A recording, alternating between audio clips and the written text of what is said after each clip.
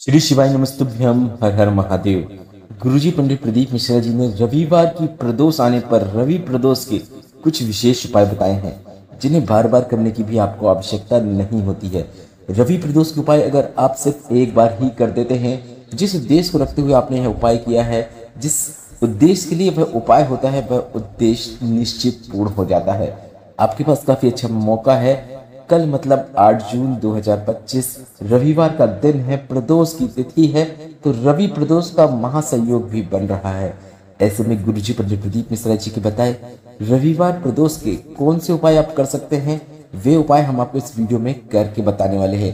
आप इनमें से कोई एक या फिर अपनी आवश्यकता के अनुसार एक से अधिक उपाय करके इस रवि प्रदोष का अधिक से अधिक लाभ जरूर प्राप्त कीजिएगा। बढ़ते हैं पहले विशेष उपाय की ओर।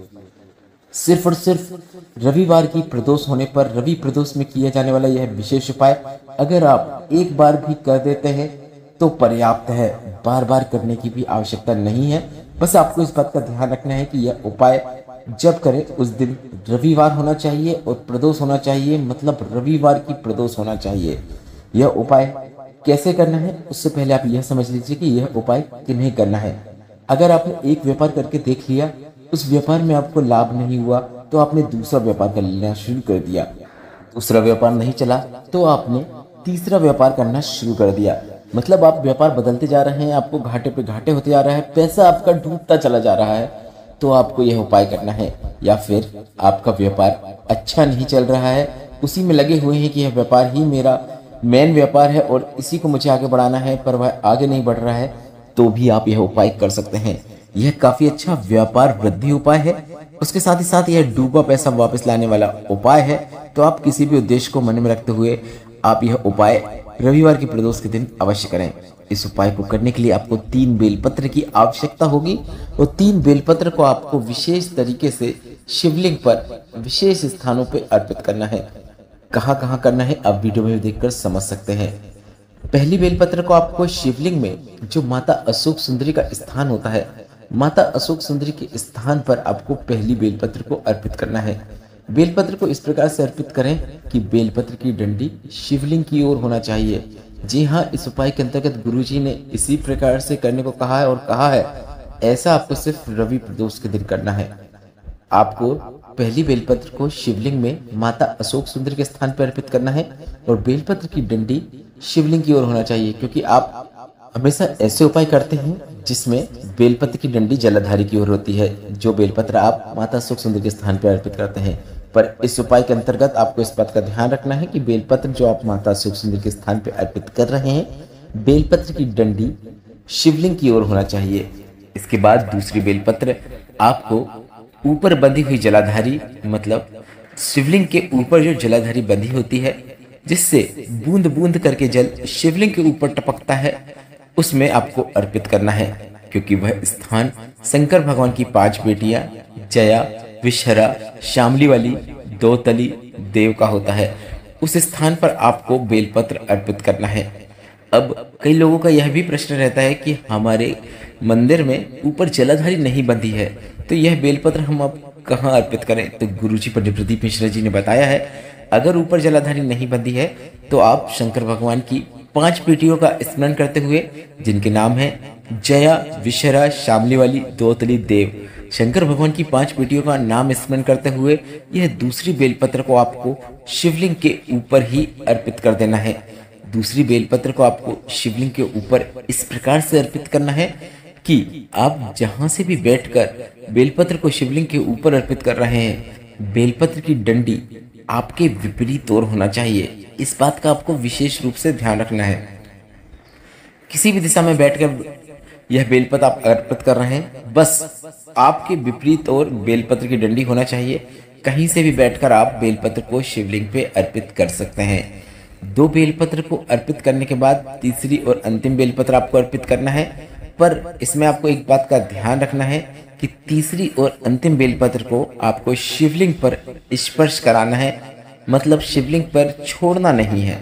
शिवलिंग पर तीसरी और अंतिम बेलपत्र को स्पर्श कराना है और इस बेलपत्र को लेकर बेलपत्र के वृक्ष के नीचे पहुंच जाना है। बेलपत्र के वृक्ष के नीचे पहुंचेंगे तो वहां पर गुरुजी ने कहा है कि अगर कोई कंकड़ हो या फिर मिट्टी का ढेला हो, उस मिट्टी के गोल ढेले के ऊपर या उस कंकड़ रूपी शंकर के ऊपर आपको वह बेलपत्र, जो तीसरी बेलपत्र है जिसे आपने शिवलिंग पर स्पर्श कराया है, उसे आपको उस कंकड़ रूपी शंकर पर या गोल आकृति है मिट्टी की, उसके ऊपर आपको तीसरी और अंतिम बेलपत्र को श्री शिवाय नमस्तुभ्यम बोलते हुए, नमः शिवाय बोलते हुए, ओम नमः शिवाय बोलते हुए, अपने मन की बात कहते हुए, जो भी व्यापार है जो नहीं चल रहा है उसका भान करते हुए, डूब गया है पैसा, उस डूबे हुए पैसे का भान करते हुए आपको उस अंतिम बेलपत्र को उस कंकड़ रूपी शंकर पे या गोल ढेला है उसके ऊपर अर्पित कर देना है।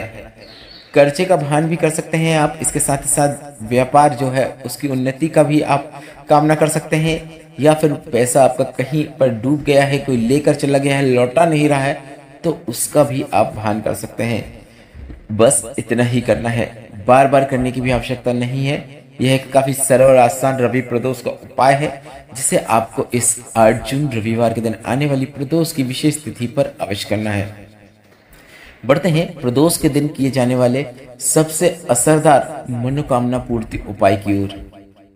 जीवन में बहुत परेशानियां चल रही हैं, कोई मनोकामना पूर्ण नहीं हो रही है, कई उपाय करके देख लिए, कोई भी लाभ नहीं हो रहा है, तो गुरुजी ने कहा है आप कुछ मत करिए, बस 3 स्थानों पर प्रदोष के दिन प्रदोष काल में दीपक प्रज्वलित करना शुरू कर दीजिए। जिन्हें पता नहीं है उन्हें बता दें, प्रदोष काल वह समय कहलाता है सूर्य अस्त के 45 मिनट पहले से लेकर 45 मिनट बाद तक का समय प्रदोष काल कहलाता है। मतलब आप शाम को 6:30 बजे से 8:30 बजे तक यह उपाय कर सकते हैं। आपको बस इतना करना है, आपको 3 स्थानों पर प्रदोष के दिन दीपक अवश्य प्रज्वलित करना है। जीवन में जो भी परेशानी चल रही हो, कर्जा बढ़ रहा है, पैसा नहीं आ रहा है, कार्य अटक रहे हैं, व्यापार आगे नहीं चल रहा है, कोई मनोकामना पूर्ण नहीं हो रही है, कई उपाय कर लिए, मात्र अगर आप यह प्रदोष का नियम धारण कर लेते हैं तो जीवन के सभी कष्ट दूर हो जाते हैं और आपकी जो भी उद्देश्य है, जो भी कामना है, वह पूर्ण होना शुरू हो जाती हैं। पहला दीपक आपको बेलपत्र के वृक्ष के नीचे प्रज्वलित करना है। इसमें आपको लंबी बाती का उपयोग करना है, घी या तेल का आप उपयोग कर सकते हैं। दूसरा दीपक आपको भोलेनाथ के मंदिर में गोल बाती का प्रज्वलित करना है, इसमें आप घी या तेल का उपयोग कर सकते हैं। तीसरा और आखिरी दीपक आपको अपने घर के मुख्य द्वार में प्रज्वलित करना है। अगर आप घर के बाहर बैठकर दीपक प्रज्वलित कर रहे हैं, ऐसे में आपको अपने हाथ के सीधे हाथ की ओर चौखट में पास में नजदीक में दीपक प्रज्वलित करना है। अंदर बैठकर कर रहे हैं तो अपने उल्टे हाथ की ओर दीपक रखकर उसे प्रज्वलित करें। घर का जो दीपक रहेगा, मुख्य द्वार का जो दीपक रहेगा, वह लंबी बाती का रहेगा, उसमें भी आप घी या तेल का उपयोग कर सकते हैं। बस इतना ही करना है। ऐसा करने से आप महादेव माता पार्वती को अपने घर पर आमंत्रित कर रहे हैं और उनकी कृपा दृष्टि चाहते हैं। काफी सरल और आसान उपाय है, प्रत्येक प्रदोष में प्रदोष काल में कीजिएगा, लाभ जरूर देखने को मिलेगा। इस वीडियो में बताया गया उपायों से संबंधित अगर प्रश्न है तो आप कमेंट बॉक्स में पूछ सकते हैं। वीडियो थोड़ा सा भी उपयोगी लगा है तो वीडियो को लाइक करके कमेंट बॉक्स में श्री शिवाय नमस्तुभ्यम या फिर हर हर महादेव अवश्य टाइप कीजिएगा। श्री शिवाय नमस्तुभ्यम, हर हर महादेव।